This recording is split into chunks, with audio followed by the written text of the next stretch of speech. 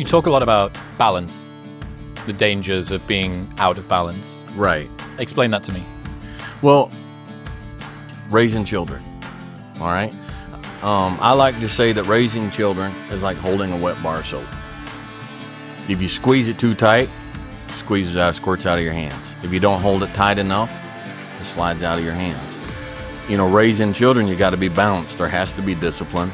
We as human beings need discipline in our life, but there has to be love and grace and understanding. And so a lot of children who grow up with issues from being raised, you know, those issues are because their parents are out of balance one way or another. Marriage, you got problems in your marriage, it's usually somebody's out of balance. You know, they're too distant or they're too clingy. You know, they're too demanding or they're too permissive. They don't have personal boundaries. It's just out of balance. I don't like the trend in this circle, men's motivation circle. I don't like the hustle culture as is being brought out and taught today. I don't agree with it because I think it's out of balance.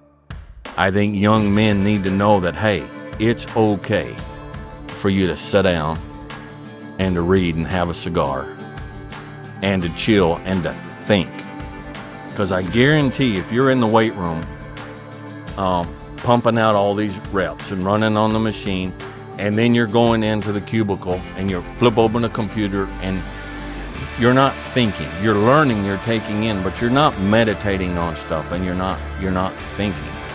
But that can be taken so far that young men are made to feel guilty for just sitting down and thinking and relaxing. And I understand that there was a tendency in this country. We had a lot of young men that were not raised with dads. They weren't raised to work, you know, and so that it's sitting on the couch playing the stupid Xbox, you know, not growing up learning to work.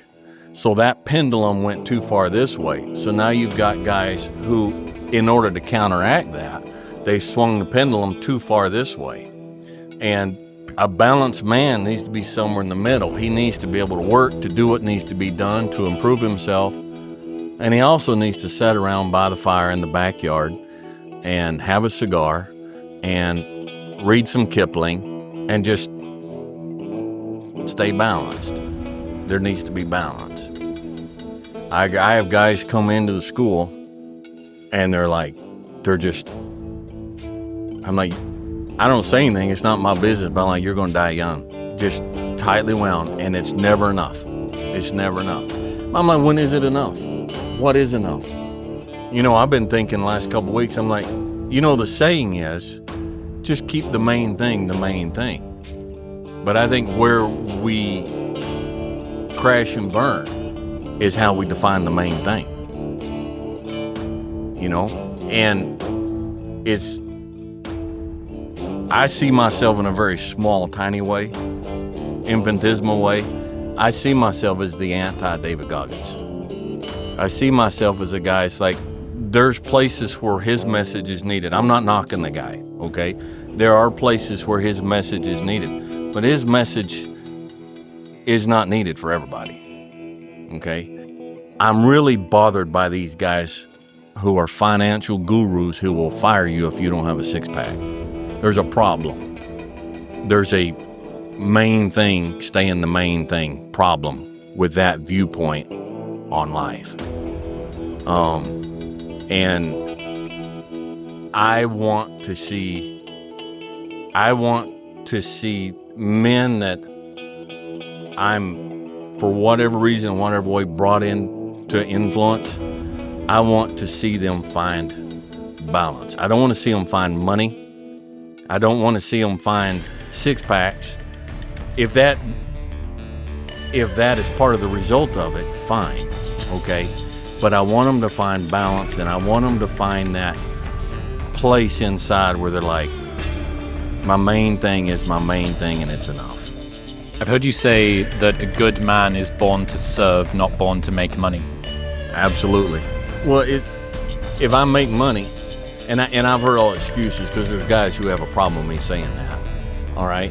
But if I make money for me. Now, I've got, you know, My wife definitely benefits from it. And, my children, although they're grown, they benefit from it. But ultimately, in the end, if I pour all my life into making money, that's for me. But if I pour my life into as many people as is fitting, and I don't know, their life is better for me having come through. I want, and I'll never know, in some tiny way, what means the most to me is that when you leave here today, in some small way, your life is better for us having sat down and talked. That means more. And so we're, I think we are. I think a real man is born to serve. And serve means provide for those that are in your sphere of you to provide for. It means to protect. It means to encourage. It means to teach and to train. And sometimes it means to step back and let them hit the wall. Sometimes the best service you can do for somebody is to, when it's all done, walk up and look down and say, did that hurt? That's what they needed. But we won't do that because it makes us look bad, and even in our service to others, we do it for ulterior motives, But yes, I believe that very strongly. I believe if you spend your whole life to yourself, for yourself, you have no purpose of being here. This planet is not in any way better for you having been here. When my wife and we've moved, we've lived all over. But it's been a thing of ours. When we leave, we try to leave the house in some way better than when we found it. And that's how I approach life. Is like when people come across my path, I try to leave their life a little better than when I found it. And you know what? That may be just looking at that poor, tired lady checking out at Walmart with the sore feet and the glazed over eyes, and looking her in the eye and say, how are you doing today? It don't take much, but it's like, I guarantee in some small way her life was a little better when I passed through that Walmart line than it was before I got there. And yeah, I think that's a good man. A good man is a man who can protect and who can provide and who can serve, who can comfort, who can reprimand, who can discipline, whatever's necessary to make the world a little better because he passed through. That's what a good man is to me. In math, you study your negative numbers and your positive numbers in math. Okay, so you've got a chart.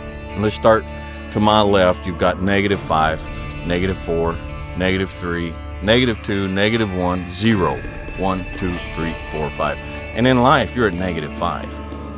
And people tend to think, and sometimes we tend to think, until I'm at 2, I didn't accomplish anything. But getting from a -5 to a -4, that's a victory. And then so just staying at a -5, we didn't go to -6. That's a victory. When I was young, come home from work, how was your day today, honey? I didn't get in a fight, so it was a good day. And but that is a victory. It's I study and you name your podcast. Wisdom. Wisdom is not, in my studies, I'm starting to see this. Wisdom is predominantly not something that you do. If you study the book of Proverbs in the Bible, okay, if you study Meditations by Marcus Aurelius, and you study these wisdom writings, there's much more of the wisdom writings that are telling you things not to do than there are telling you need to do this to be wise. But more of it is, if you're wise, you won't do this. And so, like what we're talking here, a lot of victories is just, I didn't do that today. What have you learned about humans from working with horses? Humans don't know how to communicate. Communication is our biggest weakness. that's not like the number, but that's something that lately this has been just really hammered home to me, working with horses and working with humans. And communication is a much more complex issue than I think many of us give it credit for. So you take a horse and a human, a relationship with a horse and human, all right, for that to work, there has to be communication. Well, we have a couple of problems here. First off, the horse doesn't speak English, and we don't speak horse, all right? But as humans, we insist that the horse comes into our world, but we're too arrogant or too lazy or a combination of both to learn to speak horse.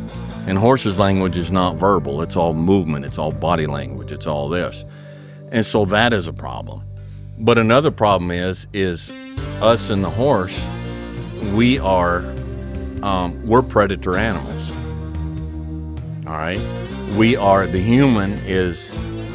predators. All right? We're designed to eat meat. Our eyes are side by side on the front of our face. We see one picture, and we're designed to see what we want and go get it. The horse is a prey animal. They are the animal that everything that eats meat wants to eat. And so they have a complete different instinct. Their instinct is everything wants to eat me. You know, we wake up of a morning and what do I want to go get today? The horse wakes up and says, I don't want to get eaten today. Two totally different instincts. All right. So to be able to build a communication with a horse, we have to move into their world and learn to speak, but learn to think how they think. Well, I mean, we can say men and women are the same thing. You know, the women are different from men. They have a different way of thinking. And like I said, my wife, I've been married almost 34 years. And even today, there's things I say, and she absolutely, what she heard is not what I said, you know? And so I have to, and vice versa, you know? So communication, and you cannot have 34 years of relationship with one person if there's no communication.